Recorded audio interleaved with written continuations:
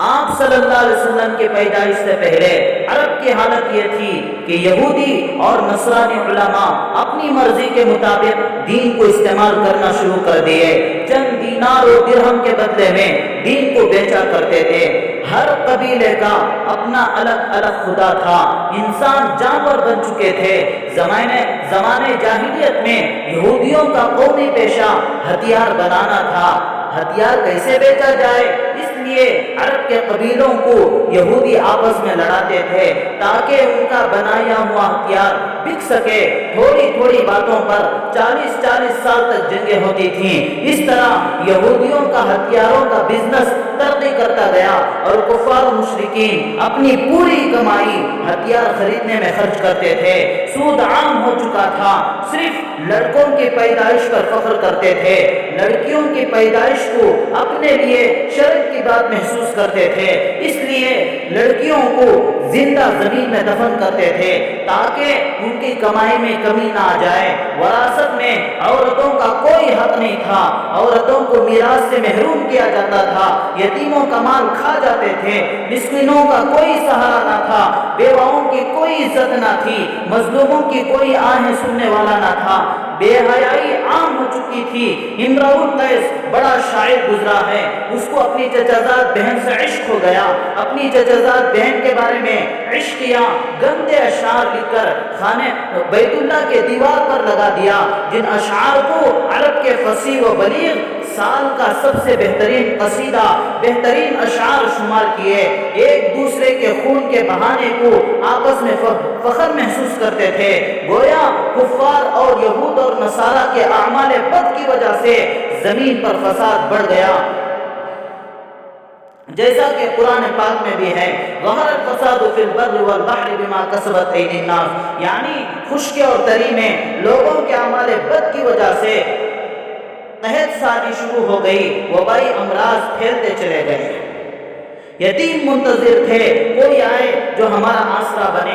بیوائیں منتظر تھیں کوئی آئے ہمارا سہارا بنے. عورتیں منتظر تھیں کہ کوئی آئے ہماری عزت واپس کرائے. بچیاں منتظر تھیں کوئی آئے جو ہم پر ہونے والے ظلم کو روکے.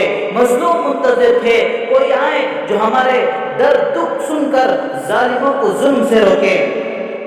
گویا پوری کائنات منتظر تھی اور صورتحال یہ تھی کہ کچھ کفر نے فتنے پھیلائے، کچھ ظلم نے شعلے بھڑکائے. کچھ کفر نے فتنے پھیلائے، کچھ ظلم نے شعلے بھڑکائے. سینوں میں عداوت جاگ اٹھی، انسان سے انسان ٹکرائے. پامال کیا برباد کیا کمزور کو طاقت والوں نے. پامال کیا برباد کیا کمزور کو طاقت والوں نے.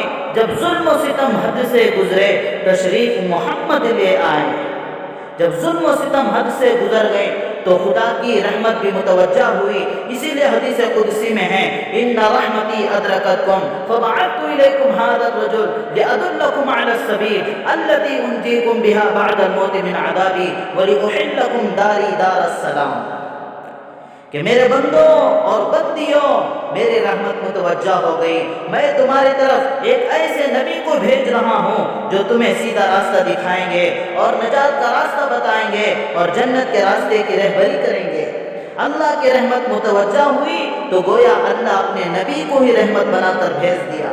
جیسا کہ قرآن پاک میں ہے، وما ارسلناک الا رحمۃ للعالمین، ہم آپ کو عالمین کے لیے رحمت بنا کر بھیج رہے ہیں. یعنی یتیموں کے لیے آپ صلی اللہ علیہ وسلم رحمت بن کر آئے. بیواؤں کے لیے آپ صلی اللہ علیہ وسلم رحمت بن کر آئے. عورتوں کے لیے آپ صلی اللہ علیہ وسلم رحمت بن کر آئے. بچیوں کے لیے آپ صلی اللہ علیہ وسلم رحمت بن کر آئے. مظلوموں کے لیے آپ صلی اللہ علیہ وسلم رحمت بن کر آئے. بے کسوں اور بے سہارا لوگوں کے لیے آپ صلی اللہ علیہ وسلم رحمت بن کر آئے. مزدوروں کے لیے آپ صلی اللہ علیہ وسلم رحمت بن کر آئے. کسانوں کے لیے آپ صلی اللہ علیہ وسلم رحمت بن کر آئے. آپ کی پیدائش سے یتیم مسکرائیں، بیوائیں مسکرائیں، بچیاں مسکرائیں، مظلوم مسکرائے، بے کس اور بے بس مسکرائے. گویا ساری کائنات مسکرائی. اسی کو کسی شاعر نے کیا خوب کہا، ولد الہدی فالکائنات ضیاء، ولد الہدی فالکائنات ضیاء وفم الزمان تبسم وثناء. آپ سر چشمہ ہدایت پیدا ہوئے، ساری کائنات جگمگا اٹھی.